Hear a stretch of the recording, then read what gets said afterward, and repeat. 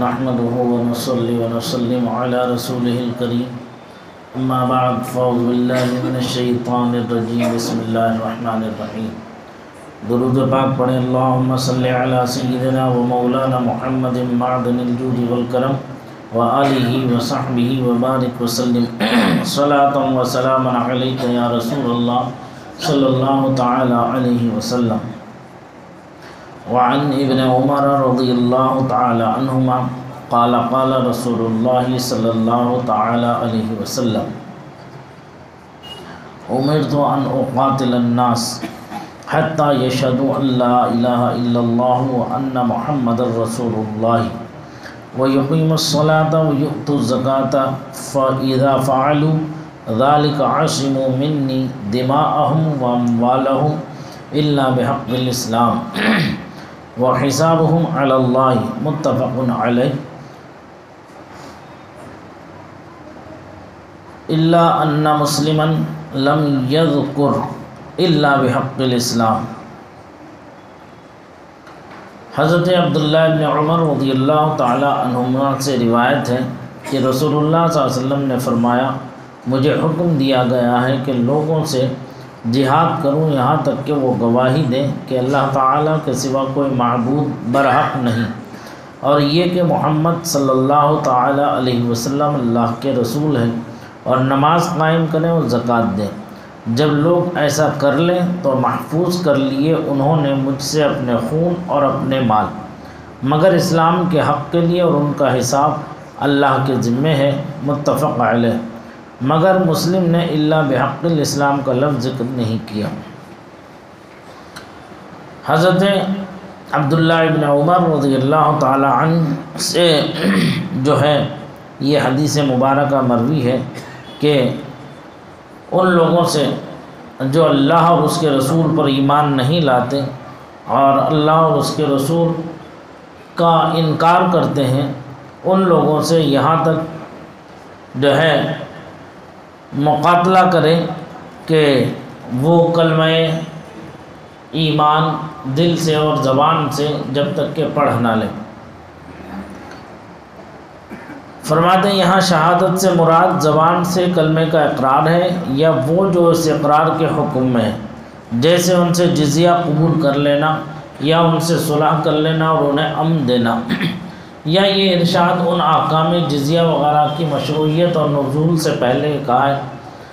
اور فرمایا اور تقیم الصلاۃ و یقیم الصلاۃ و یؤتوا الزکاۃ، اور یہاں تک کہ وہ نماز قائم کریں اور زکوٰۃ دیں۔ تو عبادت کا ذکر تو ارکان اسلام کی ادائیگی کے ذریعے شہادت کو تمام و کمال کرنے کی طرف اشارہ ہے۔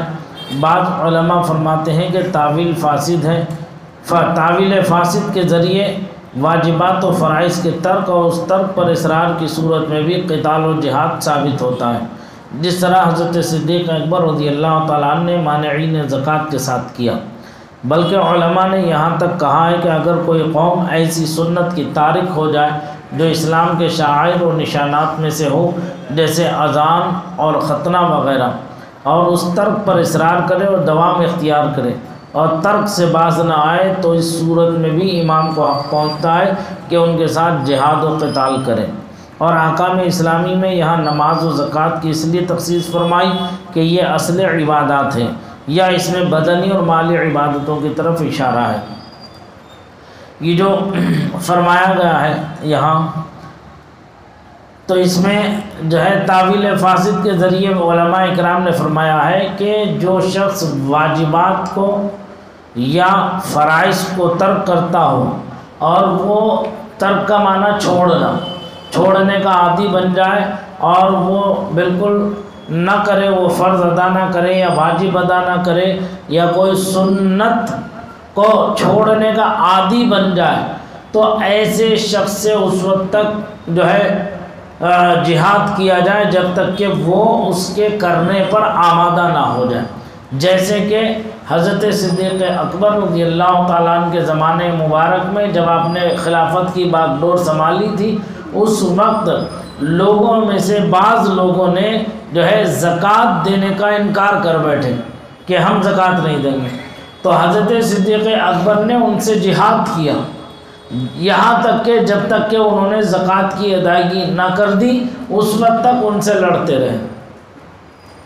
تو یہ یہاں جہاد کرنے کا مطلب یہ ہے کہ جب تک کہ وہ فرامین پر عمل نہ کر لیں اللہ اور اس کے رسول کے اور چھوڑنے کے عادی ہو جائے تو ایسے شخص پر جو ہے سخت سے سخت سزا کا انعقاد ہوتا ہے۔ یہ ہے اس حدیث پاک سے مراد۔ اور فرمایا نماز قائم کریں اور زکوٰۃ ادا کرتے رہیں۔ کہتے ہیں جب وہ لوگ ایسا کر لیں تو وہ مجھ سے اپنے خون کو اور اپنے مالوں کی حفاظت کر لیں گے مگر اسلام کے حق کے ساتھ۔ وعن انس انہ قال قال رسول اللہ صلی اللہ علیہ وسلم من صلی صلاتنا واستقبل قبلتنا واکل ذبیحتنا فذلک المسلم الذی له ذمۃ اللہ وذمۃ رسولہ فلا تغفر اللہ فی ذمتہ۔ رواہ البخاری، اسے امام بخاری نے روایت کیا۔ کہتے ہیں حضرت انس بن مالک رضی اللہ تعالیٰ عنہ سے روایت ہے، انہوں نے کہا کہ رسول اللہ صلی اللہ تعالیٰ علیہ وسلم نے فرمایا جس شخص نے ہماری طرح کی نماز پڑھی اور ہمارے قبلے کی طرف منہ کیا اور ہمارا ذبح کردہ جانور کھایا تو یہ وہ مسلمان ہے جس کا اللہ پر ذمہ ہے اور اس کے رسول پر ذمہ ہے، تو تم لوگ اللہ کے ذمے میں خیانت نہ کرو۔ سرکار نے فرمایا من صلی صلاتنا، جو ہماری طرح نماز پڑھے، واستقبل قبلتنا، جو ہمارے قبلے کو منہ کرے، واکل ذبیحتنا، جو ہمارا ذبیحہ کھائے یعنی جسے ہم حلال کریں اسے کھائے، تو کہتے ہیں یہ ایسا مسلمان ہے کہ اس کا ذمہ اللہ اور اس کے رسول کے ذمہ کرم پر ہے، کہ اسے جو ہے اللہ اور اس کے رسول نے امان دے دی۔ تو کہتے ہیں مسلمانوں سے کہ تم جو ہے جو اللہ اور اس کے رسول نے امان دی ہے اس امان کو مت توڑنا۔ کیا مطلب؟ کہتے ہیں رسول اللہ صلی اللہ علیہ وسلم نے جو فرمایا جو شخص ہماری نماز کی طرح نماز پڑھے، یعنی وہ نماز جو دین اسلام میں معہود و مشہور ہے، یعنی جس طریقے سے آقا نماز پڑھتے تھے، جو طریقہ ہے نماز پڑھنے کا بالکل ایسے ہی طریقے پر نماز پڑھے۔ واستقبل قبلتنا، ہمارے قبلے کی طرف منہ کیا جو خانہ کعبہ ہے،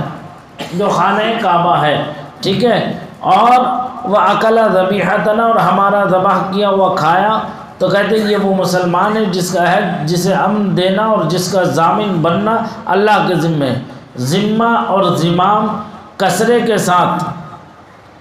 کہتے ہیں اس کا معنی ہے عہد و امان اور ضمانت، حرمت اور حق، یہ سب معانی ایک دوسرے سے ملتے جلتے ہیں۔ اور اہل ذمہ اور ذمی کا لفظ جو استعمال کیا جاتا ہے تو اس کا معنی بھی یہی ہے کہ وہ مسلمانوں کے عہد، ان کے امن اور ان کی ضمانت میں آ جاتے ہیں۔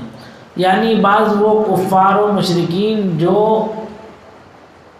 اسلامی مملکت میں رہتے ہیں، ٹیکس دے کر کے رہتے ہیں، تو جو اسلامی مملکت میں رہتے ہیں ٹیکس دے کر کے رہتے ہیں ان کے جان کی، مال کی حفاظت وہاں کی حکومت کی ذمہ داری بن جاتی ہے، چونکہ وہ اپنی جان مال کا ٹیکس دیتے ہیں، اس لیے انہیں ذمی یا مستعمن کہا جاتا ہے، یا امن ویزا پر رہنے والے ہوں یا ٹیکس دے کر کے اپنی زندگی کو وہاں گزارتے ہوں، تو ان کی ذمہ داری وہاں کی حکومت کی ہے کہ وہ انہیں کسی طرح کوئی تکلیف نہ پہنچے، ان کی جو ہے جان اور مال کی حفاظت وہاں کی حکومت کی ذمہ داری۔ اور یہاں جو کفار و مشرکین ہیں، یہاں جو ہے یہ حربی کافر ہیں، نہ یہ ٹیکس دے کر یہاں رہتے ہیں، نہ ہی یہ کسی امن ویزا پر ہیں یہاں پر، جیسا وہ رہتے ہیں ویسے ہم بھی رہتے ہیں، ہم بھی آزاد ہیں وہ بھی آزاد ہیں۔ سمجھ میں آ رہی بات؟ تو اس لیے اب کہتے ہیں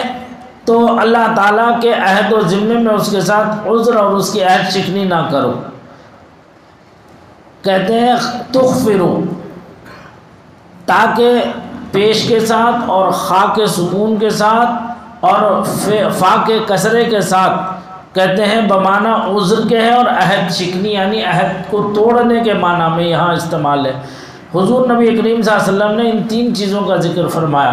دوسرے ارکان اسلام جیسے خدا اور رسول پر ایمان کی شہادت دینے وغیرہ کا ذکر نہ فرمایا۔ اس کی وجہ یہ ہے کہ یہ تینوں چیزیں اسلام کے بالکل صحیح اور درست نشان ہیں، اور ان سے مسلم اور غیر مسلم میں واضح طور پر تمیز ہو جاتی ہے، کیونکہ جو شخص مسلمانوں جیسی نماز پڑھتا ہو تو اس سے یہ امر کی دلیل ہے کہ یہ شخص حضرت محمد صلی اللہ علیہ وسلم کی نبوت پر ایمان رکھتا ہے۔ جب وہ نماز پڑھتا ہے تو ظاہر سی بات ہے کہ اس کا یہ عمل بتا رہا ہے کہ وہ اللہ کے رسول پر ایمان لے کر کے آیا ہے،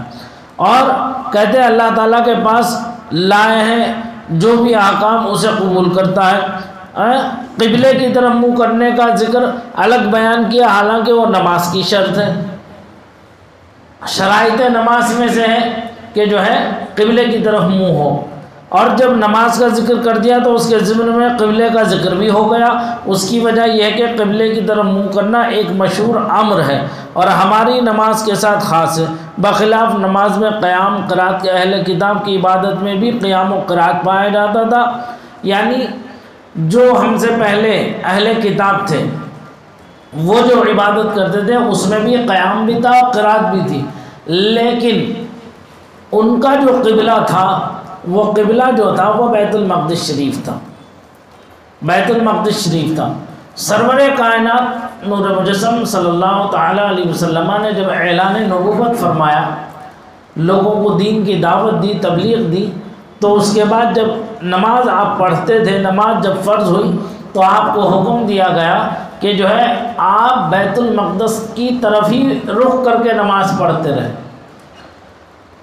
سرکار کو کیا حکم تھا؟ بیت المقدس کی طرف ہی رخ کر کے نماز پڑھیں۔ سرکار یہ چاہتے تھے کہ ہمارا جو قبلہ ہے وہ کعبے کو بنا دیا جائے، کیونکہ کعبہ جو ہے حضرت آدم کی بھی تعمیر کردہ ہے، اور کعبہ جو ہے دوبارہ جو ہے حضرت ابراہیم علیہ السلام نے جو آپ کے جد امجد ہے ان کا تعمیر کردہ قبلہ، یہ پروردگار کے حکم سے ہی ہوا۔ بیت المعمور جو آسمان دنیا پر ہے وہ اس کی سیدھ سے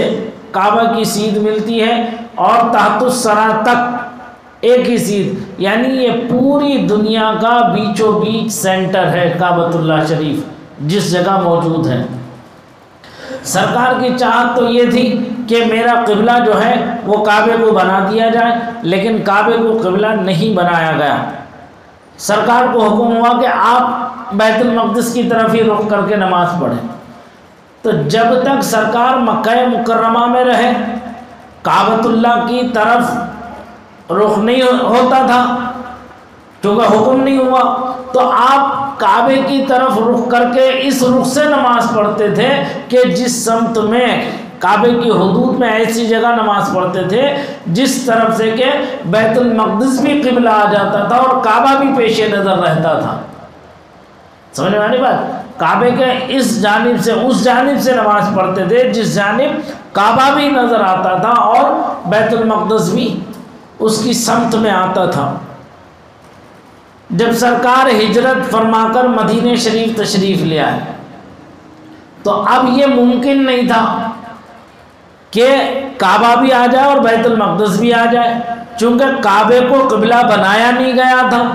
اس لیے بیت المقدس کی طرف ہی رخ کر کے نماز پڑھنا تھی سرکار کو۔ تو اب یا تو رخ بیت المقدس کی طرف کر کے پڑھتے یا کعبے کی طرف کر کے پڑھتے۔ اب حکم بیت المقدس کیا تھا تو اس لیے بیت المقدس کی طرف ہی جو ہے رخ کر کے سرکار نماز پڑھتے تھے۔ اب 16 یا 17 مہینے، 16 یا 16.5 مہینے مان لیجئے، اہل عرب جو ہے وہ قصر کو استعمال نہیں کرتے تھے، ساڑھا سوایا پون جو ہے ان کے گنتی میں نہیں آتا تھا۔ جنہوں نے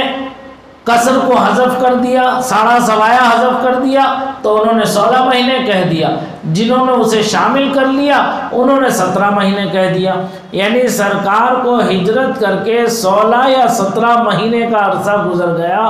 مدینہ منورہ میں، تو سرکار بیت المقدس کی طرف ہی رخ کر کے نماز پڑھتے رہے، لیکن دل بار بار یہ چاہتا تھا کہ کعبے کو قبلہ بنایا جائے۔ تو سرکار سلام پھیرتے ہی اپنے چہرے نازنی کو آسمان کی طرف اٹھا کر نظر فرماتے تھے اور یہ سوچتے تھے کہ شاید کہ اب وہی آ جائے، شاید کہ اب وہی آ جائے، شاید کہ اب وہی آ جائے۔ جس کا نقشہ قرآن کریم نے بڑے پیارے انداز میں کھینچا ہے۔ قرآن فرماتا ہے قد نرا تقلب وجهك في السماء فلنولینک قبلۃ ترضاها فول وجهك شطر المسجد الحرام۔ جو ہے اے محبوب آپ کا بار بار رخ زیبا کو آسمان کی طرف اٹھانا ہم دیکھ رہے ہیں۔ قد نرا تقلب وجهك في السماء، آپ کا چہرے نازنی بار بار آسمان کی طرف اٹھتے ہوئے ہم ملاحظہ کر رہے ہیں، ہم دیکھ رہے ہیں۔ فولی وجہ کا جو ہے فرمایا قد نرا تقلب وجهك في السماء فلنولینک قبلۃ ترضاها، فرمایا کہ ان قریب ہم آپ کو جو ہے اس قبلے کی طرف پھیر دیں گے جس میں آپ کی رضا حاصل ہے۔ ترضا، جسے آپ محبوب سمجھتے ہیں، جسے آپ پسند کرتے ہیں، ہم آپ کو اس قبلے کی طرف پھیر دیں گے۔ اب چونکہ پہلے سے ہی انتظار کافی ہو چکا تھا، اب پھر انتظار ہو تو انتظار پر انتظار یہ زحمت تھی، تو پروردگار کو کب یہ منظور کہ اس کے حبیب کسی زحمت میں مبتلا ہو، تو فوراً فرمایا جو ہے فولی وجہ کا شطر المسجد الحرام، اے میرے حبیب آپ اپنے رخ زیبا کو مسجد حرام کی طرف پھیر لیجیے۔ بیت المقدس سے کعبۃ اللہ کو جو ہے قبلہ بنا دیا گیا، بیت المقدس سے کعبۃ اللہ کو قبلہ بنا دیا گیا۔ یہ جو رعایت رکھی گئی تھی بیت المقدس کی طرف، یہ کیوں رکھی گئی تھی؟ اس کی جو حکمت تھی وہ حکمت یہ تھی کہ وہ یہود و نصارہ جن کا قبلہ کعبۃ اللہ نہیں تھا، ان کا قبلہ بیت المقدس تھا، جب یہ لوگ بیت المقدس کی طرف منہ کر کے نماز پڑھیں گے تو ان کے اس رعایت برتنے کی وجہ سے ان کا دل بھی نرم ہوگا، موم ہوگا، اور وہ جو ہے سرکار پر ایمان لے آئیں گے، سرکار پر ایمان لے آئیں گے۔ یہ نقطہ تھا اس کے اندر۔ مفسرین اور شارحین حدیث فرماتے ہیں ایک نقطہ اس میں یہ بھی تھا، اس لیے بیت المقدس کی طرف رک کر کے نماز پڑھنے کا حکم دیا گیا۔ لیکن جب سرکار نے انتہا فرما دی دعوت و تبلیغ کی اور پھر بھی وہ بدبخت جو ایمان نہ لا سکے، تو پھر اب ان کی رعایت برتنے کا مطلب ہی کیا تھا؟ جیسے ہم اور آپ اگر دنیا کی مثال لے لیں تو ہم آٹا اگر چھاننے بیٹھیں تو پہلے جو ہے تھوڑی سی موٹی چھلنی لگتی ہے، پھر اس کے بعد میں ہلکی باریک چھلنی لگتی ہے کہ جو کچھ بھی رہ جاتا ہے کوڑا کباڑ اس کے اندر وہ سب اس باریک چھلنی میں آ جاتا ہے، اور جو بھوسا وسا جو رہ جاتا ہے وہ آ جاتا ہے، آٹا چھن کے صاف نکل جاتا ہے باہر۔ تو ایسے ہی رعایت دی گئی، لیکن جب وہ آئے ہی نہیں، جب سرکار کی بات کو قبول ہی نہیں کیا، منافقت کی، سرکار کے ساتھ دشمنی کی، تب ان کی کس چیز کی رعایت برتی جائے؟ تو چونکہ اب اسلام کو جو ہے واضح کلیئر کر دیا گیا کہ جاؤ تم جہاں تمہارا دل چاہے، سوائے جہنم کے تمہارا کوئی ٹھکانہ نہیں۔ پیچھے حدیث آپ نے سنی تھی، سرکار نے فرمایا تھا کہ کوئی یہودی نصرانی میرا زمانہ پائے یا ان تک میری خبر پہنچے اور وہ ایمان نہ لائے تو وہ جہنمی ہے، وہ جہنمی ہے۔ تو لہذا سرکار نے صاف کلیئر فرما دیا کہ اب وہ جہنمی ہے۔ تو اب سرکار کی منشا تھی کہ کعبۃ اللہ کو قبلہ بنا دیا جائے۔ اللہ تعالیٰ نے اپنے حبیب کی رضا کو پیش نظر رکھتے ہوئے جو ہے کعبۃ اللہ کو قبلہ بنا دیا۔ اسی لیے سرکار فرماتے ہیں من صلی صلاتنا، جو ہماری سی نماز پڑھے، واستقبل قبلتنا، جو ہمارے قبلے کو رخ کرے، ہمارے قبلے کو اپنا قبلہ سمجھے، وَأَكَلَ ذَبِيحَتَنَا، اور ہمارا ذبیحہ کھائے، تو وہ مسلمان ہے۔ وہ کیسا مسلمان ہے؟ ایسا مسلمان ہے کہ اس کا ذمہ جو ہے اسے امن و امان جو ہے اللہ اور اس کے رسول نے دے دیا، وہ اللہ اور اس کے رسول کی امان میں داخل ہو گئے۔ تو لہذا جسے اللہ اور اس کے رسول نے امان دے دی ہے تو اللہ اور اس کے رسول کی امان میں خیانت نہ کرنا، یہ مسلمانوں کو حکم دیا گیا۔ دوسرا ایک حدیث آپ نے پیچھے پڑھی تھی کہ مسلمان کون ہے؟ مسلمان وہ ہے کہ جس کے ہاتھوں سے اور جس کی زبان سے مسلمان محفوظ رہے۔ سمجھ میں آ گئی؟ یہ پیچھے کی آیتیں جو حدیثیں ہیں، اگر ہم اسے اگر تطبیق میں لا کر کے اگر ہم دیکھیں گے تو ایک دوسرے سے ہمیں جو ہے مربوط نظر آتی ہیں، اور پھر اس میں جو ہے ایمان کا نکھار نظر آتا ہے۔ تو یہ وہ تعلیمات و ہدایات وقتاً فوقتاً اللہ کے رسول صلی اللہ علیہ وسلم نے امت مسلمہ کو دیے ہیں کہ اگر ہم اس پر عمل کرتے رہیں گے تو انشاءاللہ ہماری دنیا بھی بہتر ہو جائے گی اور ہماری آخرت بھی جو ہے وہ بہتر ہو جائے گی۔ اللہ تعالی مجھے آپ سب کو اس پر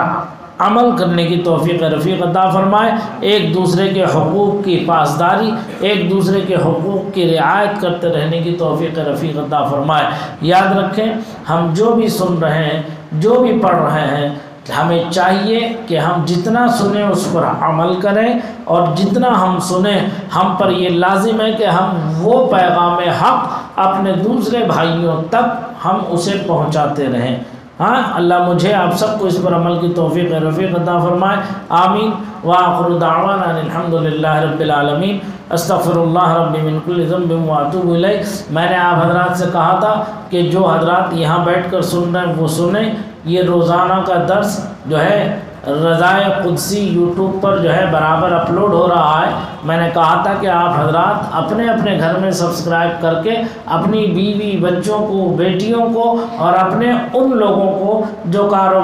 کام کر رہے ہیں، کم سے کم ان تک بھی یہ پیغام پہنچاتے رہیں۔ میں نے چیک کر رہا ہوں برابر کہ کتنے بڑھے کتنے گھٹے، سمجھ میں آئی بات؟ ابھی وہ بڑھوتری آئی نہیں ہے جیسے کہ ہمارے اندر آنا چاہیے۔ اگر ہم میں کا ہر فرد اسے جو ہے گھر کے ہر موبائل میں سیو کر دیں تو یقیناً ادھر بھی بڑھوتری آئے گی، اور ادھر بھی وہ گھر میں بیٹھ کر کے حدیث رسول سنتے ہوئے نظر آئیں گے، کام بھی کرتے ہوں گے، حدیث بھی سنتے ہوں گے۔ اور ہماری خاص کر مائیں بہنیں جب کام کاج سے فارغ ہو جاتی ہیں تو وہ جب سکون سے بیٹھتی ہیں تو کم سے کم ایک آدھ حدیث اگر وہ سن لیں گی تو ان کی زندگی بھی بہتر ہوگی اور بھلائی کی طرف ان کی زندگی بھی جائے گی۔ یہ ہم میں سے ہر ایک کا کام ہے کہ ہم اپنے اہل خانہ کو راہ حق پر لے کر کے آئیں، دین کی تعلیم دیں، انہیں اچھی سے اچھے پیغام ان کے کانوں تک پہنچاتے رہیں تاکہ گھر کا ماحول اچھا بنا رہے، اسلامی ماحول بنا رہے، ایک دوسرے کے حقوق کی ادائیگی ہوتی رہے۔ چونکہ میں تبلیغ تو علماء پر ہی فرض ہے کہ وہ گھر گھر جا کر کے کنڈی بجا کر کے آواز دے کر کے لوگوں کو بلا کر کے لائیں، دعوت دیں، اور پھر دین کا کام، دین کا پیغام ان تک پہنچائیں۔ میری یہی گزارش ہے، میری خواہش بھی رہتی ہے کہ جہاں تک میں پیغام پہنچا سکتا ہوں ہر اعتبار سے پہنچاؤں، کیونکہ آج کا دور جو ہے دور جدید ہے، اس میں جو وسائل ہمیں ذرائع مل رہے ہیں ہم ان ذرائع سے بھی کام لینا چاہیے تاکہ دین کا کام زیادہ سے زیادہ پھیلے، اور ہمارا یہ جو محلہ ہے، جو معاشرہ ہے، جو سوسائٹی ہے، وہ کھل کر نکھر کر کے اسلامی ماحول میں سامنے آئے، ہے نا؟ انشاءاللہ اللہ نے چاہا تو میں نوجوانوں کے لیے بھی ایک پروگرام ذہن میں رکھتا ہوں، اور 313 بدری صحابہ کی تعداد کے پیش نظر میں ایک جماعت بنانا چاہتا ہوں نوجوانوں کی۔ اب میں دیکھوں گا اس میں کہ کتنے نوجوان آگے آئیں گے اور آ کر کے اپنے نام لکھوائیں گے، اور ان کے لیے تعلیم بالغاں کا ایک الگ کلاس شروع کروں گا تاکہ ہمارے یہ نوجوان، آج بھی میں کئی جگہ گیا، کئی جگہ آیا تو دیکھا کہ جو ہے گھروں میں جھگڑے ہیں، گھروں میں معاملات خراب ہیں، اور جو ہے باپ بیٹے سے دوری ہے، بہو سسر سے دوری ہے، اور جو ہے میاں بیوی میں دوریاں ہیں۔ یہ کیا ہے ماحول ہمارا؟ ہاں، یہ سب ماحول اس لیے ہے کہ جو ہے یہ ہم دین سے دور ہیں، جو ہے قرآن و حدیث سے دور ہیں، اس لیے یہ سب چیزیں خاص کر سے نوجوانوں کے لیے ضروری ہے کہ وہ ایسی تعلیم حاصل کریں۔ انشاءاللہ العزیز اللہ نے چاہا اس پر جلدی کام کروں گا، اور فی الحال میری یہ گزارش ہے، دیکھیے ابھی نماز میں کتنے لوگ تھے، اور ماشاءاللہ سے اس وقت بھی اچھی خاصی تعداد ہے، کم نہیں ہے، لیکن بہت سے لوگ چلے گئے۔ ایک 10 منٹ بیٹھیں گے تو کیا چلا جائے؟ کون سا ہم 10-50 ساڑیاں بن لیں گے، 10-50 ساڑیوں کا کوئی کام کر لیں گے، 1000-2000 روپے کا کوئی کام کر لیں گے، گھر جا کر بھی جو ہے فالتو کی باتوں میں بیٹھے رہیں گے۔ وہاں بیٹھنے کے مقابلے میں یہاں بیٹھیں گے تو ایک تو اللہ کے گھر میں بیٹھنا ہے، امن کی جگہ ہے، عافیت کی جگہ ہے، سلامتی کی جگہ ہے، پھر جتنی دیر ہم بیٹھے رہیں گے فرشتے جو ہیں اللہ کے ہمارے حق میں بخشش و مغفرت کی دعا کرتے رہیں گے۔ کتنی بڑی نیکی کی بات ہے نا؟ تو لہذا اللہ تعالیٰ مجھے بھی آپ سب کو اس پر عمل کی توفیق رفیق عطا فرمائے۔ آمین وآخر دعوانا الحمدللہ رب العالمین۔ اللہم ربنا